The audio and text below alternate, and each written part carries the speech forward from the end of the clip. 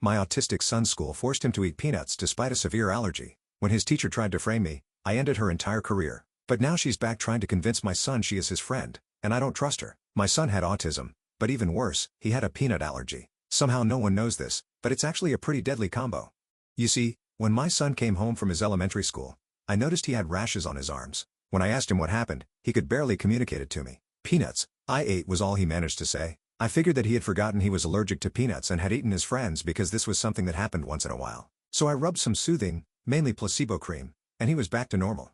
"Thank you so much, Daddy," he said, flapping his arms in the air. I hugged him back, and the next morning I left a large photo of peanuts in his bag with a red X through it as a reminder that he's allergic. Except the next day, it got even worse. Not only was there a large rash covering his arms, legs, and face, but his tongue had also swelled up to almost double the size. It could barely even fit in his mouth. Luckily, I had the patience of a worm, so I reapplied the cream and held up ice until things were back to normal. "Daddy?" His voice was sheepish, like he was scared or something. It wasn't my fault. And instead of giving me further explanation, he just burst into tears. I nodded and reassured him that all he had to do was stop eating peanuts, and he would be okay. Up until this point, Mikey had no issue with listening to what I told him to do. So when he didn't even nod or make eye contact with me, an awful gut feeling washed over me. So that evening, I called the SNA special needs assistant at his school. I asked if she could keep a lookout for Mikey during lunchtime, and she promised she would. The next day, she sent me a video. I opened it in the bathroom during work, and suddenly, tears were covering my entire phone screen. So much so that it started moving by itself. Because right there were the bullies of the 5th grade. They were pouring peanuts into my son's hands and telling them if he didn't eat them, they were going to unalive him. They were skinny, small furs, but my son was yet to understand the concept of people saying stuff without meaning it. So there he was, shoving them down his throat, his face stained with tears. The video ended when the SNA realized what was going on and walked over to them. She told me she was putting them in detention, but unfortunately, this wasn't enough for me. Because I think anyone who is cowardly enough to harm someone completely defenseless deserves to suffer, especially if that someone is my son. And luckily, I worked in a warehouse filled with ex-cons willing to make some extra cash. So right after watching the video, I talked to my buddy, Malik. I didn't say anything, just showed him the video. He almost looked even more disgusted than I did because he loved my son. He had come over to babysit multiple times, and Mikey loved him too. For context, he wasn't arrested for anything crazy. He had simply been caught stealing $200 worth of food for his family. He told me he wasn't going to do it himself, but he knew a few kids from juvie who were also in 5th grade who'd be more than willing.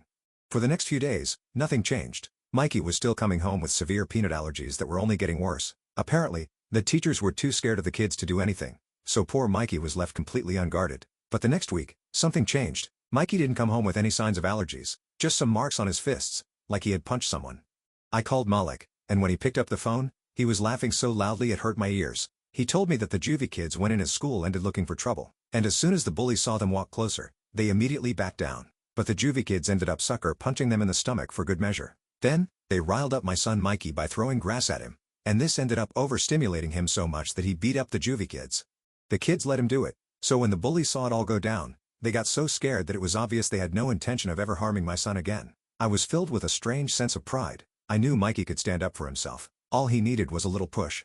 I immediately hung up and brought him to his favorite diner. We ordered Mickey Mouse-shaped pancakes, and he had a huge smile on his face. But the next day, Mikey came home with even larger marks on his fists. There was red on his t-shirt, and it didn't seem like it was his. Panic filled my lungs. "Mikey, what happened?" "I did it, Daddy." I stood up for myself again. I was so shocked I couldn't even move. "Was it the kids again?" I asked, hoping for the best. "Nope. They were so scared they didn't come near me." I broke my pen and asked the girl beside me if she had one I could borrow. She said no, so I beat her up after school when no one was looking. I buried my face in my hands. It was at that point that I realized why violence is never the answer is such a strong cliché. "Daddy, why aren't you replying to me?" Mikey yelled before punching me in the stomach so hard I fell to the floor. The impact sent me staggering backward until my shoulders hit the refrigerator, magnets and papers cascading to the floor around me. The cold linoleum pressed against my palms as I tried to catch my breath, each gasp painful and shallow. Mikey stood over me, his expression a mixture of confusion and lingering excitement, clearly not understanding the severity of what he'd just done. The kitchen clock ticked loudly in the sudden silence, marking the seconds as I struggled to regain my composure. My stomach dropped to my feet as I heard the knock at the door 3 days later. "Child Protective Services?"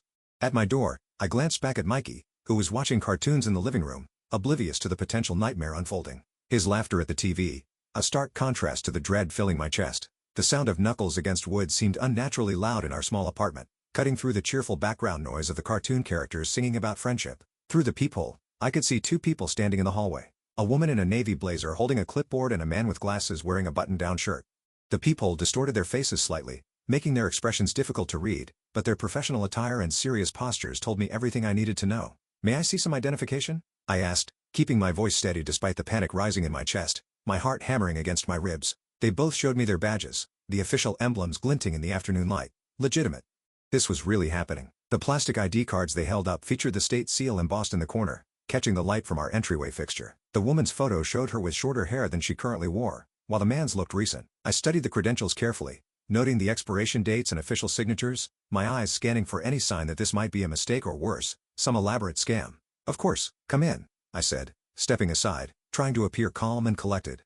"My son is in the living room. He has autism, so he might not understand what's happening." The woman, Tara, nodded, her expression professionally neutral, but her eyes sharp and assessing. Her partner, a thin man with glasses who introduced himself as Darren Coleman, scribbled something on his clipboard, the scratch of his pen against paper unnervingly loud in the quiet hallway. The sound of their dress shoes against our worn carpet seemed invasive somehow, each step bringing them further into our private space.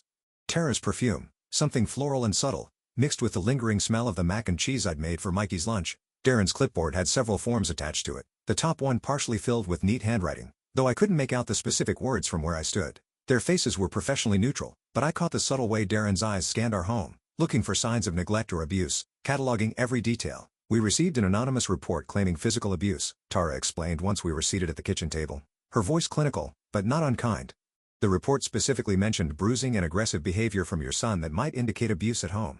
The kitchen chairs creaked slightly as we sat down, the sound unnervingly loud in the tense atmosphere. A fly buzzed against the window, repeatedly hitting the glass in its futile attempt to escape, the soft tapping creating an irregular rhythm that matched my racing heartbeat. The folder Tara placed on the table had a series of colored tabs sticking out from the edges, organized in some system that probably made perfect sense to her, but looked ominous to me.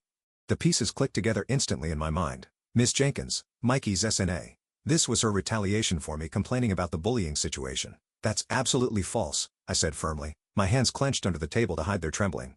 "My son has autism and a severe peanut allergy. He was bullied at school, forced to eat peanuts by other students. The school's special needs assistant was recently removed for neglecting him and manipulating him. I believe she made this report as revenge." My voice sounded steadier than I felt, the words coming out clear despite the dryness in my mouth.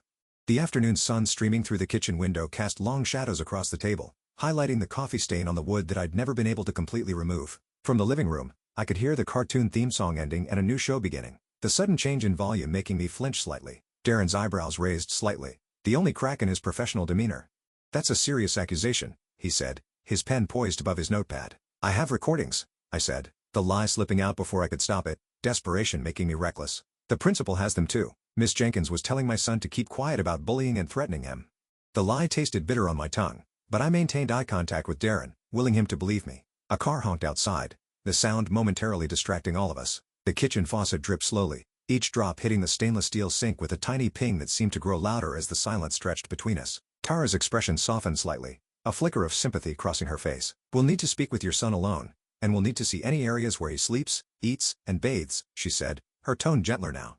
I nodded, though the thought of strangers questioning Mikey made my heart race. Images of him lashing out and confusion flashing through my mind, of course, but please understand, he's been through a lot recently. The thought of them questioning Mikey alone made my palms sweat, leaving damp prints on my jeans as I wiped them nervously. The refrigerator kicked on with a low, the sudden noise making Darren glance toward it briefly before returning his attention to his notes. Through the kitchen doorway, I could see Mikey's profile illuminated by the television's changing colors, his expression rapt as he focused on the cartoon characters.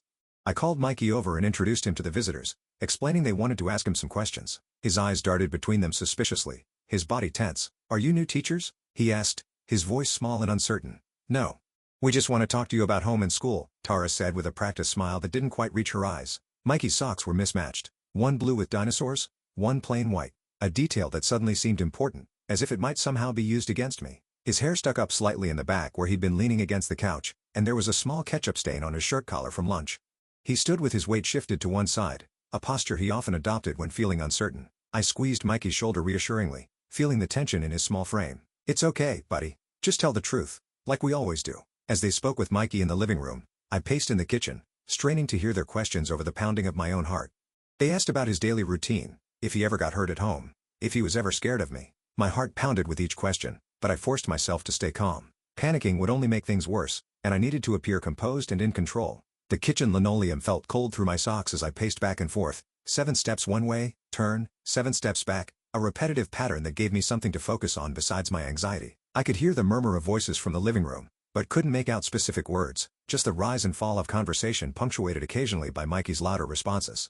The dishwasher we'd run at breakfast finished its cycle with a beep that made me jump, the sudden noise shattering my concentration. After interviewing Mikey, they inspected his bedroom, the bathroom, our kitchen. They opened the refrigerator, checked the medicine cabinet, looked at his clothes. I followed silently, answering their questions about his medication, his therapy, his school situation, providing documentation where I could. They noted the organized way Mikey's clothes were arranged by color in his dresser, the neat row of sensory toys on his shelf, the visual schedule posted on his wall. In the bathroom, Darren examined the prescription labels on Mikey's medications, writing down names and dosages in his notepad. Tara opened the refrigerator, noting the fresh fruits and vegetables, the prepared meals in stackable containers, the carton of Mikey's favorite chocolate milk positioned where he could reach it easily. "Mr. Anderson, do you have any support system?" Tara asked as they prepared to leave, her expression thoughtful. Raising a child with special needs alone can be overwhelming. "I have friends who help," I said, thinking of Malik and his genuine love for my son, "and we're seeing a therapist now." The late afternoon sun cast long shadows across our living room as they gathered their things, the golden light softening the clinical nature of their visit. Outside, a neighbor's dog barked, the sound muffled through our apartment walls but still recognizable, a normal everyday sound that seemed to emphasize how abnormal this situation was. Mikey had returned to watching TV, though I noticed he kept glancing over at us, monitoring the situation while pretending not to. Darren handed me a card, his expression unreadable. "We'll be following up. In the meantime, here are some resources for parents of children with special needs." After they left, I collapsed onto the couch, exhaustion washing over me like a wave. Mikey climbed into my lap, something he rarely did anymore, his weight comforting despite everything. "Are they going to take me away?" he whispered, his voice small and frightened. The business card Darren had given me was still clutched in my hand, the edges slightly bent from my tight grip. Mikey's body was warm against mine, his weight solid and reassuring. I could smell the apple shampoo in his hair and the faint scent of the laundry detergent on his clothes. The television continued playing in the background, the colorful characters now seeming surreal and out of place against the gravity of our situation. I hugged him tight, breathing in the scent of his hair. No one is taking you away from me. But I wasn't entirely sure that was true, the uncertainty gnawing at me like a physical pain. The setting sun cast our living room in a warm orange glow that belied the coldness of fear spreading through my chest. Outside our window, I could see neighbors returning from work, car doors slamming and voices calling greetings, normal end-of-day sounds that highlighted how precarious our own situation had become. Mikey's fingers clutched at my shirt, creating small wrinkles in the fabric as he held on tightly, as if he too feared being separated. The next morning, I woke up feeling like I'd been hit by a truck. My stomach still ached where Mikey had punched me, a purple bruise blooming across my abdomen, but the emotional pain cut deeper, leaving me hollow and drained. I lay in bed staring at the ceiling, replaying yesterday's CPS visit in my head. The caseworker's cold eyes, the way she'd looked at Mikey's room, the questions that implied I was somehow hurting my own son. Sunlight filtered through the blinds, creating striped patterns across my bedroom wall that shifted slightly with the gentle morning breeze. The house was quiet, except for the distance of the refrigerator and the occasional car passing on the street outside. My alarm clock showed 6:17 a.m., earlier than I needed to be up, but sleep had been elusive, coming in short, restless bursts throughout the night. My phone buzzed with a text from Malik. "How's little man today? You guys okay?" I texted back, "Managing. We'll call later." When I went to check on Mikey, I found him already awake, sitting cross-legged on his bed, staring at his hands as if they belonged to someone else. He looked up when I entered, his eyes red-rimmed and puffy. The blue dinosaur sheets on his bed were rumpled and twisted, evidence of a restless night. His favorite stuffed triceratops lay forgotten on the floor instead of in its usual place of honor beside his pillow. The morning light coming through his window illuminated dust particles floating in the air between us, creating a strange dreamlike quality to the scene. "I'm sorry I hit you, Daddy," he whispered, his voice barely audible. I sat beside him, careful to leave some space between us, mindful of his need for personal space when he was upset. "I know you are, buddy, but we need to talk about why that can't happen again." The mattress dipped slightly under my weight, the springs creaking softly. Outside his window, a bird chirped insistently, the cheerful sound at odds with the somber mood in the room. On Mikey's desk, his homework lay neatly stacked, pencils arranged by size beside it, his usual orderly system still in place despite the chaos of his emotions. He nodded, looking down at his hands again, his fingers twisting together anxiously. "Am I in trouble?" "No," I said softly, resisting the urge to pull him into a hug. "But we need to figure some things out. How about pancakes for breakfast?" His pajama top had a small hole near the collar, a detail I hadn't noticed before. His hair stuck up in the back, uncombed and wild from sleep. On his bookshelf, the row of model dinosaurs stood in their usual formation, meticulously arranged from smallest to largest. A small island of order in our increasingly chaotic life. While making breakfast, The familiar routine of measuring and mixing soothing my frayed nerves. I called Dr. Lee's office and managed to get an emergency appointment for that afternoon. I also called work and explained I needed a few personal days. My boss wasn't thrilled, but he agreed when I mentioned it. Involved my son, his gruff voice softening slightly. The pancake batter spattered slightly as I whisked it, tiny droplets landing on the counter in my hand. The butter sizzled when it hit the hot pan, filling the kitchen with its rich comforting smell. Through the kitchen window, I could see our neighbor Mrs. Patel watering her plants on the balcony across the way. The normality of her morning routine somehow reassuring in its mundanity. Over Mickey Mouse pancakes, Mikey's favorite, the chocolate chip eyes and whipped cream smile bringing a small smile to his face. I tried to gauge where his head was at. "Buddy, can you tell me why you hit me yesterday?" I asked gently. The maple syrup pooled in the indentations of the pancake, creating tiny amber puddles that Mikey carefully avoided disturbing as he cut precise equal-sized bites. Steam rose from my coffee mug, creating swirling patterns in the air between us. The kitchen clock ticked steadily in the background, marking the passing seconds of this difficult conversation. He pushed his pancake around in the syrup, not making eye contact, the scrape of his fork against the plate unnervingly loud in the quiet kitchen. "You didn't say anything. You were supposed to be happy," he mumbled. "Happy that you hurt someone who didn't hurt you first?" I pressed, keeping my voice gentle but firm. A drop of syrup fell from his fork onto the table, creating a sticky golden circle that he immediately tried to wipe away with his napkin, his movements precise and methodical. Outside, a garbage truck rumbled down the street, the mechanical whine of its hydraulic lift briefly drowning out the kitchen sounds. Mikey's glass of orange juice remained untouched, condensation forming a small ring of moisture on the table around its base. His lower lip trembled, a warning sign of impending tears. "But you were happy before." I took a deep breath, choosing my words carefully. "I was relieved you weren't getting hurt anymore. But hurting others when they haven't hurt you is never okay, even if they don't give you what you want." Sunlight streamed through the kitchen window, illuminating the dust particles floating between us and casting a warm glow across the table. The refrigerator hummed in the background, a constant white noise that filled the silence as Mikey processed my words. His shoulders were hunched forward slightly, making him appear smaller than usual, more vulnerable. He didn't respond, just continued swirling his fork through the syrup, creating patterns that he stared at with intense focus. At Dr. Lee's office that afternoon, Mikey sat rigid in the colorful waiting room, refusing to play with the toys or look at books. His body language closed off and defensive. When the therapist called us in, he followed silently, his shoulders hunched as if expecting a blow. The waiting room walls were painted a cheerful yellow, decorated with framed children's artwork that Mikey would normally have studied with interest. The receptionist's fingers clicked rapidly on her keyboard, the sound mingling with the soft instrumental music playing through hidden speakers. Other parents and children came and went, their conversations creating a background murmur that seemed to increase Mikey's tension, his hands covering his ears occasionally when the volume rose too high. Dr. Lee was a calm woman with silver-streaked hair and kind eyes behind round glasses. She spoke directly to Mikey, not down to him, her voice warm but not condescending. "I understand you've been having a tough time lately," she said, settling into her chair across from us. Her office smelled faintly of lavender, probably from the small diffuser humming quietly on a shelf behind her desk. Soft natural light filtered through sheer curtains, creating a calm atmosphere that contrasted sharply with the tension radiating from Mikey. A bookshelf lined one wall filled with both professional texts and children's books, all neatly arranged by height. On her desk, sat a small Zen garden, the sand raked into perfect parallel lines. Mikey stared at the floor, his sneakers scuffing against the carpet. "Your dad tells me some kids at school were very mean to you. That must have been scary," she continued, her voice gentle, but matter of fact, a tiny nod, almost imperceptible. "And then you learned that hitting those kids made them stop." Another nod, slightly more definite. "But now you're hitting other people too, even when they haven't been mean to you." The carpet beneath Mikey's feet had a subtle geometric pattern that he traced with the toe of his sneaker, creating invisible lines as Dr. Lai spoke. A clock on the wall ticked softly, marking the passing seconds. Outside the window, tree branches swayed gently in the breeze, their shadows dancing across the floor in constantly changing patterns. Mikey's hands curled into fists on his lap, his knuckles white with tension. I tensed, ready to intervene, but Dr. Lee remained perfectly calm, her posture relaxed and open. "It feels powerful, doesn't it? Making people do what you want," she said. Not a question, but a statement of fact. The leather of the couch creaked slightly as I shifted my weight, prepared to move quickly if needed. Dr. Lee's desk lamp cast a warm glow that softened the clinical nature of the office, creating pools of light that contrasted with the darker corners of the room.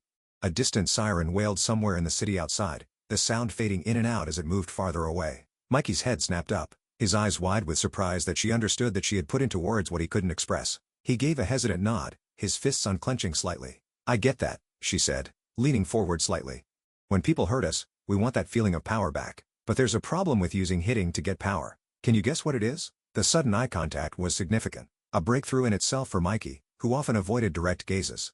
A bird landed on the windowsill outside, its small form visible through the sheer curtains, adding a moment of natural distraction. Dr. Lee's bracelet made a soft jingling sound as she leaned forward, the silver charms catching the light. Mikey shrugged, his gaze dropping back to the floor. "It stops working," she said simply, her voice gentle but firm. "People get scared, then angry, then they stay away from you, or they hit back harder.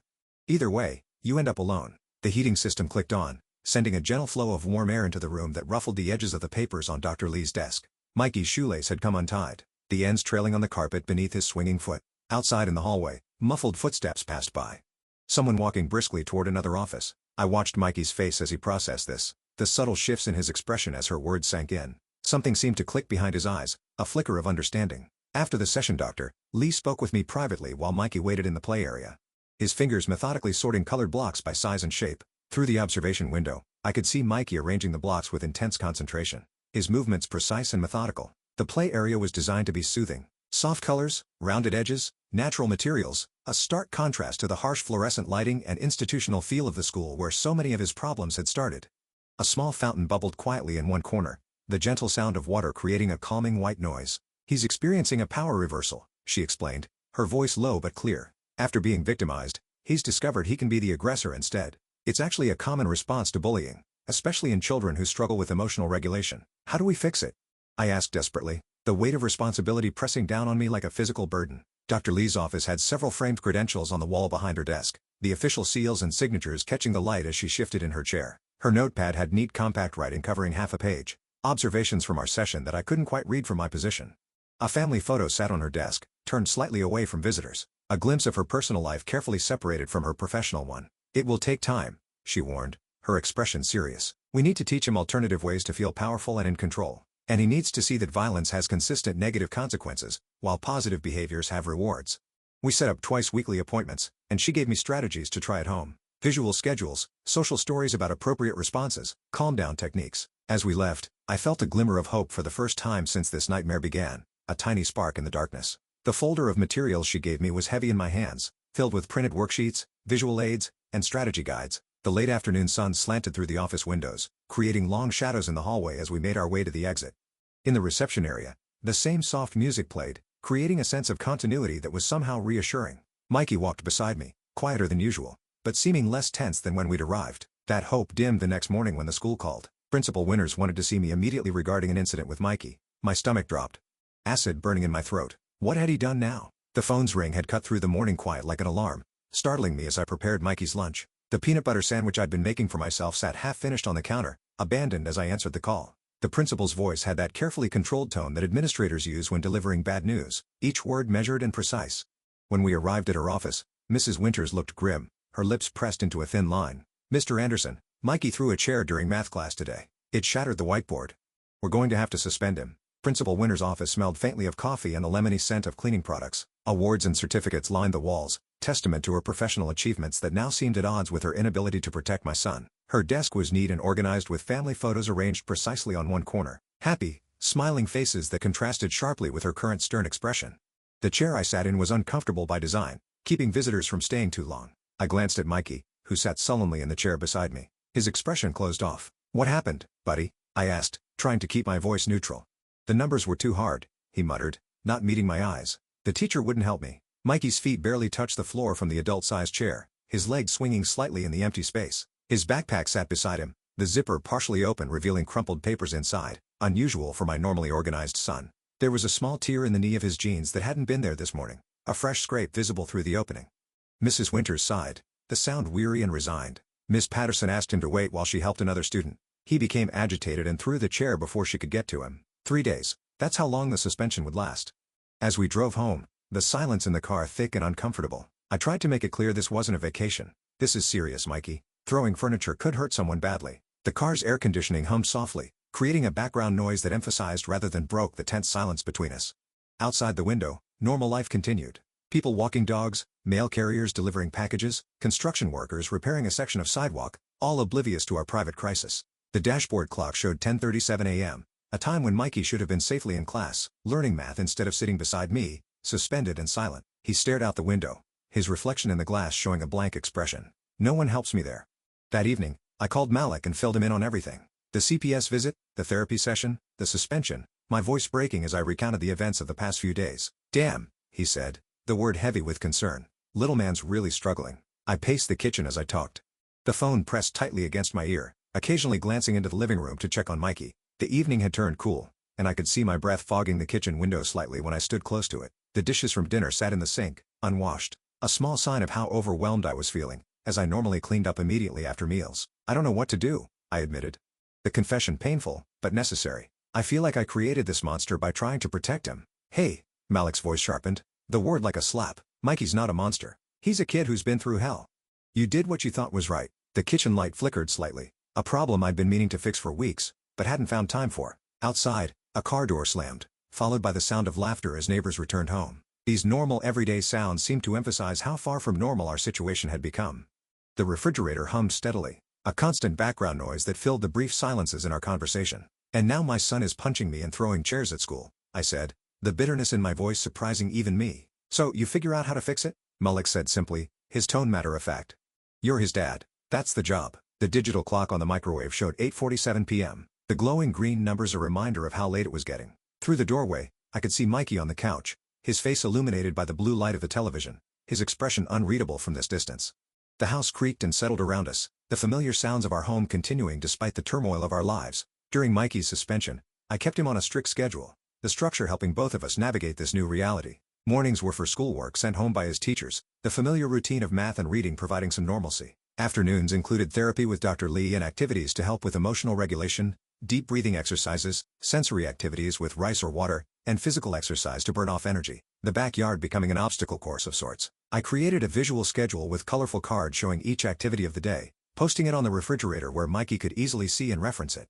The kitchen table became our classroom, scattered with worksheets, pencils, and textbooks during the morning hours. The living room floor was transformed into a sensory space, with bins of rice, containers of water beads, and kinetic sand that Mikey could manipulate when feeling overwhelmed. In the backyard, I set up stations for jumping, running, and throwing softballs at targets, safe ways to channel his physical energy. On the second day, Mikey had a meltdown when I asked him to practice writing, the simple request triggering an explosion of frustration. He threw his pencil at me, narrowly missing my eye, then knocked over a lamp, the crash as it hit the floor making both of us jump. Mikey! I grabbed his arms gently but firmly, careful not to hurt him, but needing to stop the destruction. Stop this right now. The pencil made a soft thudding sound against the wall before falling to the carpet. The lamp lay broken on the floor, ceramic base shattered into jagged pieces, the light bulb miraculously intact, but the shade dented on one side. Mikey's face was flushed red with anger, his breathing rapid and shallow, tears streaming down his cheeks, leaving wet tracks that glistened in the afternoon light from the window. His worksheet lay crumpled on the table, the paper torn slightly where he had pressed too hard with his pencil. He struggled against me, his face red with anger, tears streaming down his cheeks. I don't want to. You can't make me. He screamed, his voice raw with emotion. This isn't how we behave, I said, keeping my voice steady despite my racing heart, forcing calm into my tone. We don't throw things when we're upset. His small body trembled with emotion, muscles tense under my gentle restraint. I could feel his rapid heartbeat, his chest rising and falling with each angry breath. The clock on the wall ticked steadily, marking the seconds of this crisis. Outside, a lawnmower droned in the distance, the mundane sound a stark contrast to the emotional storm happening in our living room. He stopped struggling and looked at me with an expression I'd never seen before, calculating, almost cold, so at odds with his usual demeanor that it sent a chill down my spine. The kids at school are scared of me now. Nobody bothers me, he said, his voice suddenly calm and flat. The abrupt shift from emotional outburst to this eerie calmness was jarring. His eyes, usually expressive and bright, had taken on a flat evaluating quality that seemed alien in his young face. The tears on his cheeks were still wet, creating an unsettling contrast with his now composed expression. A car honked outside, the sound barely registering as I tried to process this new disturbing development. A chill ran down my spine, ice spreading through my veins. I realized then that Mikey had learned something dangerous, that fear gave him power, that intimidation worked, that violence got him what he wanted. That night, after Mikey went to bed, the house quiet, except for the other refrigerator and the distant sound of traffic, I searched online for therapists who specialized in autism and behavioral issues. I found several options and made a list, determined to get Mikey the help he needed to undo the damage I had inadvertently caused. The blue light from my laptop screen illuminated the kitchen table where I sat, casting strange shadows on the walls. Outside, rain had started to fall, droplets tapping gently against the windows and creating rivulets that distorted the view of the streetlights. My coffee had gone cold, forgotten as I immersed myself in research, the mug leaving a ring on the table that I absently wiped away with my sleeve. The clock showed 1:17 a.m., but sleep felt impossible with so much at stake. When Mikey returned to school after his suspension, things seemed better at first. No calls from the principal, no new injuries on his hands, no incidents reported by his teachers. But then, a week later, I got another call, the principal's number flashing on my screen making my heart sink. This time, Mikey had kicked a boy named Thomas during lunch because Thomas had sat in his spot. The territorial aggression, a new and troubling development. I was at work when the call came, standing in the warehouse surrounded by towering shelves of inventory. The fluorescent lights overhead buzzed faintly, creating a background that made it difficult to hear the principal's carefully measured words. My co-workers moved around me, forklifts beeping as they backed up, boxes being stacked and sorted, all oblivious to the crisis unfolding in my personal life as I stood frozen, phone pressed to my ear. The principal's tone was much less sympathetic this time, her patience clearly wearing thin. "Mr. Anderson, we're running out of options here. If Mikey can't control his aggressive behavior, we may need to discuss alternative placement." Alternative placement was code for removing him from mainstream classes entirely, segregating him from his peers, labeling him as too difficult, too dangerous. I felt sick, bile rising in my throat. Her words echoed in my head, the clinical terminology failing to disguise the harsh reality of what she was suggesting. The break room where I'd retreated for privacy smelled of microwave popcorn and coffee, ordinary scents that seemed surreal against the gravity of our conversation. Through the small window, I could see the parking lot, cars neatly lined up under the bright midday sun, the normality of the scene a stark contrast to the turmoil I felt inside. "Please, he has an appointment with a behavioral therapist next week. Can you give us a little more time?" I pleaded, desperation making my voice crack. She agreed, reluctantly, but I could tell her patience was wearing thin, the clock ticking on Mikey's time in regular classes. My hand shook slightly as I ended the call, the phone feeling unnaturally heavy in my grip. The industrial clock on the break room wall showed 1:45 p.m. Hours left in my shift, but my mind was already racing ahead to picking up Mikey, to the difficult conversation we would need to have, to the uncertain future stretching before us. The refrigerator in the corner hummed loudly, the mechanical sound filling the silence as I tried to collect my thoughts. At our first session with Dr. Lee, Mikey refused to speak, his silence a wall between him and help. He sat in the colorful office, staring at the therapist with an intensity that made me uncomfortable, his body language closed and defensive. Dr. Lee tried various approaches, toys, drawing, simple games, but Mikey remained silent, watching her with that same calculating look I'd seen at home, assessing her for weaknesses. The office seemed smaller somehow with the tension filling it, the cheerful decorations and comfortable furniture at odds with the emotional standoff taking place. Rain pattered against the windows, creating a soothing background rhythm that failed to relax either Mikey or me. Dr. Lee's voice remained calm and gentle as she tried different approaches, her professional demeanor never cracking despite Mikey's stubborn resistance. "This isn't unusual for a first session," Dr. Lee assured me afterward, her smile encouraging despite the lack of progress. "Let's try again next week." But the next session went the same way, and the one after that, Mikey's resistance a fortress that seemed impenetrable. Each session followed a similar pattern, Mikey sitting rigidly in his chair, refusing to engage, while Dr. Lee patiently tried various techniques to break through his silence. The waiting room became familiar, the same magazines on the table, the same watercolor paintings on the walls, the same receptionist greeting us with a sympathetic smile that grew more pitying with each visit. The drive to and from the office was filled with tense silence, Mikey staring out the window while I struggled to find words that might reach him.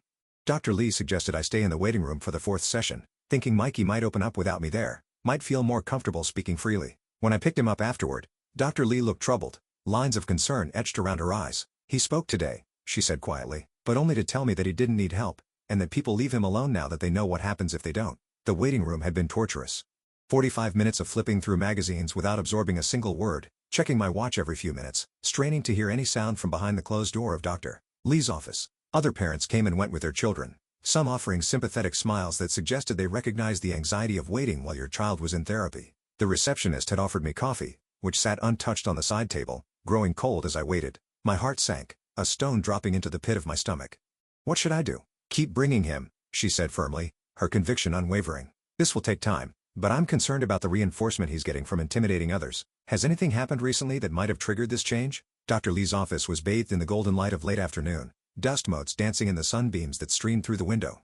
Her desk was organized but lived in with stacks of files neatly arranged and a half-empty water glass leaving a ring on a coaster. The wall clock ticked softly, marking the passing seconds as we discussed my son's troubling behavior. Each tick a reminder of how time was passing, while Mikey remained stuck in this dangerous pattern. I hesitated, then told her about the bullies and the peanuts, the forced consumption of his allergen, though I left out the part about Malek's juvie friends, that particular detail too incriminating to share. She nodded thoughtfully, her expression grave. "Mikey experienced trauma, and now he's trying to ensure it never happens again by becoming the aggressor. It's not uncommon, but it's concerning, especially given his difficulty understanding social boundaries. As I spoke, Dr. Lee took notes in a leather-bound notebook, her handwriting neat and compact. Outside her office window, the branches of a maple tree swayed gently in the breeze, casting moving shadows across the carpet. The tissue box on the small table between us remained untouched. though I felt the sting of tears threatening several times as I recounted what Mikey had endured. The next day, I got called into the principal's office again. The familiar walk down the school's hallway feeling like a march to execution. This time, it wasn't about Mikey hitting someone, it was worse, much worse. Mikey threw a chair during class today, Mrs. Winters said, her face grim, lines of stress visible around her mouth. It hit the whiteboard and shattered it. Glass went everywhere. We're lucky no one was hurt. The school hallway smelled of floor cleaner and cafeteria food. The scents mingling into that distinctive school smell that normally evoked nostalgia, but now only increased my anxiety. The walls were lined with student artwork and motivational posters that seemed to mock our situation with their cheerful messages about perseverance and teamwork. The principal's office door had a small window through which I could see Mikey sitting inside, his legs swinging, not reaching the floor from the adult-sized chair.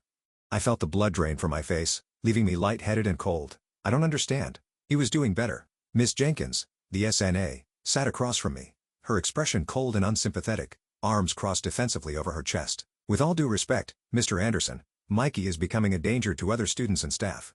We've tried working with him, but his behavior is escalating. Principal Winter's office was uncomfortably warm, the heating system clearly set too high for the mild spring day outside. A potted plant in the corner looked slightly wilted, its leaves drooping in the artificial heat. Miss Jenkins wore a blue blouse with a coffee stain barely visible on the sleeve. Her hair pulled back in a severe bun that emphasized the harsh lines of her face. The clock on the wall seemed to tick unnaturally loudly in the tense atmosphere, each second punctuated by its mechanical click. He's been through a lot, I argued, anger flaring hot in my chest. Those bullies traumatized him by forcing him to eat something that could have killed him. And we addressed that, Mrs. Winters said, her tone placating but firm.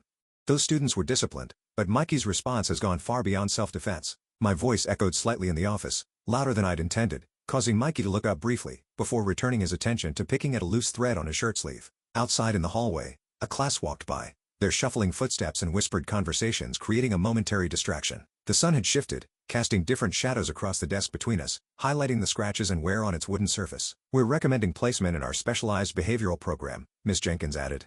A note of finality in her voice. It's a separate classroom with more structure and supervision. I felt cornered, trapped with no good options. Can I have some time to think about it? I asked, buying time to figure out my next move. Miss Jenkins had a folder open in front of her, Mikey's name clearly visible on the label. The thickness of the file, a visual representation of all the problems they documented. Her pen tapped rhythmically against the desk as she waited for my response, the sound grating on my already frayed nerves. Through the window behind her, I could see children playing on the playground, their carefree laughter carrying faintly through the glass, a painful reminder of the normal childhood experiences Mikey was missing. They agreed to give me the weekend to decide, the deadline hanging over me like a guillotine blade. As I left the office, I noticed Miss Jenkins watching me with an odd expression, almost smug, like she'd won something. Her satisfaction at my distress barely concealed. The hallway felt longer on the way out, the fluorescent lights overhead buzzing faintly, creating a slight headache behind my eyes. Mikey walked beside me, unusually quiet, his backpack hanging from one shoulder instead of properly on both as I'd taught him. A janitor was mopping the floor near the exit, the sharp smell of cleaning solution stinging my nostrils as we passed. Outside, the afternoon sun was bright after the artificial lighting of the school, momentarily blinding as we stepped into the parking lot. That night, I heard Mikey crying in his room, the sound muffled but unmistakable. I found him curled up in bed, clutching his stuffed dinosaur, his face wet with tears that glistened in the dim light from the hallway. "What's wrong, buddy?" I sat on the edge of his bed, the mattress dipping under my weight. His dinosaur nightlight cast soft blue shadows across the room, creating a gentle atmosphere that contrasted with his distress. The window was slightly open, allowing in the distant sounds of traffic and the occasional dog barking somewhere in the neighborhood. His bookshelf was neatly organized as always. The spines of his favorite dinosaur books aligned perfectly, his small attempt to create order in a world that must seem increasingly chaotic to him. Between sobs, he managed to say, "I don't want to go to the special room," his voice small and frightened. I frowned, confusion mixing with concern. "How do you know about that? Did someone tell you?" He nodded, wiping his nose on his sleeve, leaving a damp streak across the fabric. "Miss Jenkins said I'm going to the bad kid room because I'm too much trouble." His pajamas were slightly too small, the sleeves riding up to expose his wrists, a reminder that he was growing despite all our troubles. The stuffed dinosaur he clutched was worn from years of love, its fabric thin in spots, one eye slightly loose, a constant companion through good times and bad. Outside, a car drove by, its headlights briefly illuminating the room through the thin curtains, creating moving shadows that danced across the ceiling. Anger flared in my chest, hot and fierce. The school hadn't even finalized this decision, and Miss Ed Jenkins was already telling Mikey, using it to frighten him. "She said if I tell you about the new kids, she'll tell everyone I made it up," he continued, his voice small and trembling. "She gives me candy to not tell." The revelation hit me like a physical blow, making my stomach clench with a mixture of rage and concern. Mikey's room was warm despite the open window, the heating vent near his bed pumping out hot air that made the atmosphere feel stifling. His alarm clock glowed 9:47 p.m. in red digital numbers, well past his usual bedtime, explaining the extra emotional vulnerability. "What new kids, Mikey?" I asked, my heart pounding against my ribs like a trapped bird. "The big kids who take my lunch, they push me in the bathroom." Miss Jenkins sees but doesn't stop them. He looked up at me, his eyes red from crying, vulnerable and afraid. "She says no one believes someone like me." His words hung in the air between us, devastating in their simplicity. A car alarm went off somewhere in the distance, its rhythmic wailing creating an appropriate soundtrack to the moment of revelation. Mikey's breathing was still uneven from crying, little hiccuping breaths that made his whole body shudder. The stuffed dinosaur was clutched so tightly in his hands that its fabric was stretched and distorted, showing the strain of his grip. I felt like the floor had dropped out from under me, leaving me falling through empty space. All this time, I thought Mikey's aggression was coming from nowhere, was an overreaction to past trauma, but he was still being bullied, and the person who was supposed to protect him was part of the problem, was actively enabling his tormentors. The realization made me dizzy, the room seeming to tilt slightly as I processed this new information. The night sounds from outside, distant traffic, the neighbor's television, the rustle of leaves in the breeze, all seemed suddenly muffled, as if I was hearing them through water. Mikey's bookshelf, with its perfectly arranged dinosaur figures and books, stood as a testament to his desire for order in a world that had become increasingly chaotic and threatening. "Why didn't you tell me sooner, buddy?" I asked, struggling to keep my voice gentle despite the rage building inside me. "She said you'd get mad at me again, and they'd take me away from you," he whispered, the fear in his voice breaking my heart. The shadows in the room seemed to deepen as he spoke, the corners growing darker as if reflecting the gravity of his words. His small hands twisted in the fabric of his dinosaur pajamas, creating wrinkles that matched the worry lines on his young face. The heating system clicked off suddenly, leaving a silence that emphasized each of Mikey's shaky breaths. I hugged him tight, fury and heartbreak mixing in my chest like a volatile chemical reaction. "No one is taking you away from me, Mikey. I promise." His body felt small and fragile in my arms, his bones seemingly delicate beneath my protective embrace. His hair smelled of the apple shampoo he insisted on using, the familiar scent now a poignant reminder of his childhood innocence. Outside, the wind had picked up, rustling the leaves of the tree near his window, creating moving shadows across his bedroom wall that seemed to dance in rhythm with my racing thoughts. The next day was Saturday, the weekend stretching before us with the decision about Mikey's schooling looming over everything. While Mikey watched cartoons, the colorful characters on screen a temporary distraction from his troubles, I called Malik and explained what was happening, the words tumbling out in a rush of anger and fear. Morning sunlight streamed through the living room windows, creating bright patches on the carpet where dust motes danced in the air.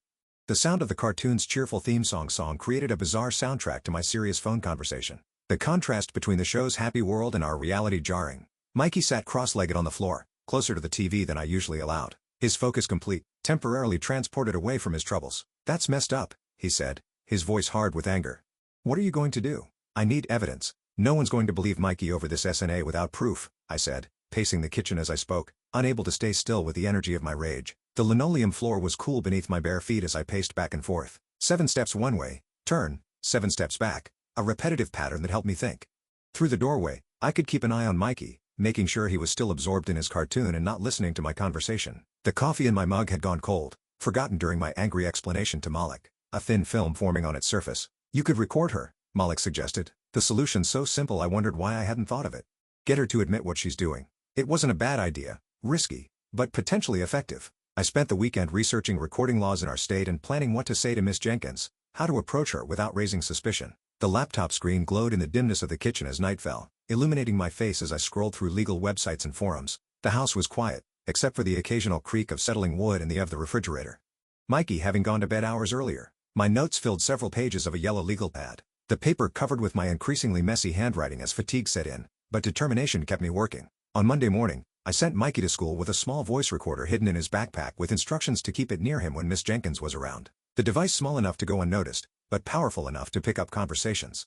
The recorder was barely larger than a USB drive, its black plastic case disappearing easily into the front pocket of Mikey's backpack. I showed him where it was, but instructed him not to touch it or mention it to anyone, a secret mission that he seemed to understand the importance of despite his age. The morning was crisp and clear, sunlight glinting off car windows in the school parking lot as I dropped him off, watching his small figure walk through the double doors with more courage than many adults would have shown. When I picked him up that afternoon, my hands shook as I retrieved the recorder, anticipation and dread making my movements clumsy.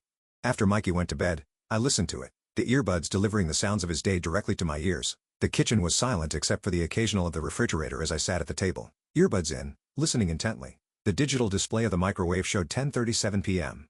The green numbers the only illumination besides my laptop screen. A cup of tea sat cooling beside me, forgotten in my concentration, a thin skin forming on its surface as the minutes ticked by. Most of it was just classroom noise, the ambient sounds of learning, but then I heard it. Miss Jenkins speaking to Mikey during a quiet moment, her voice distinct among the background noise. "Remember our deal," her voice said, low but clear, the threat unmistakable.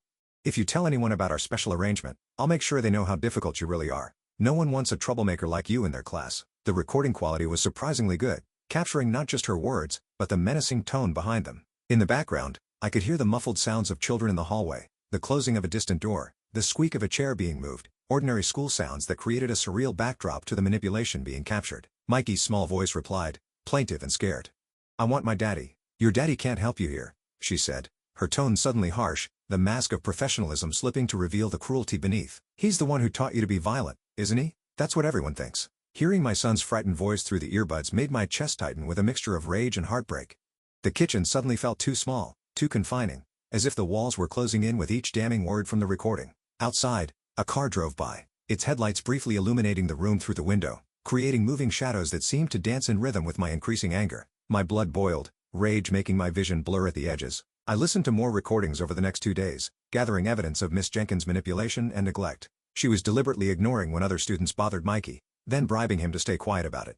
Her behavior so far beyond unprofessional that it bordered on abusive. Each recording was worse than the last, revealing a pattern of deliberate neglect and emotional manipulation that made my hands shake with anger. I created a detailed log of each incident, noting times, dates, and exact quotes, the pages filling with damning evidence. The kitchen table became command central, covered with notes, the recorder, and my laptop, everything organized with the precision of someone building a case.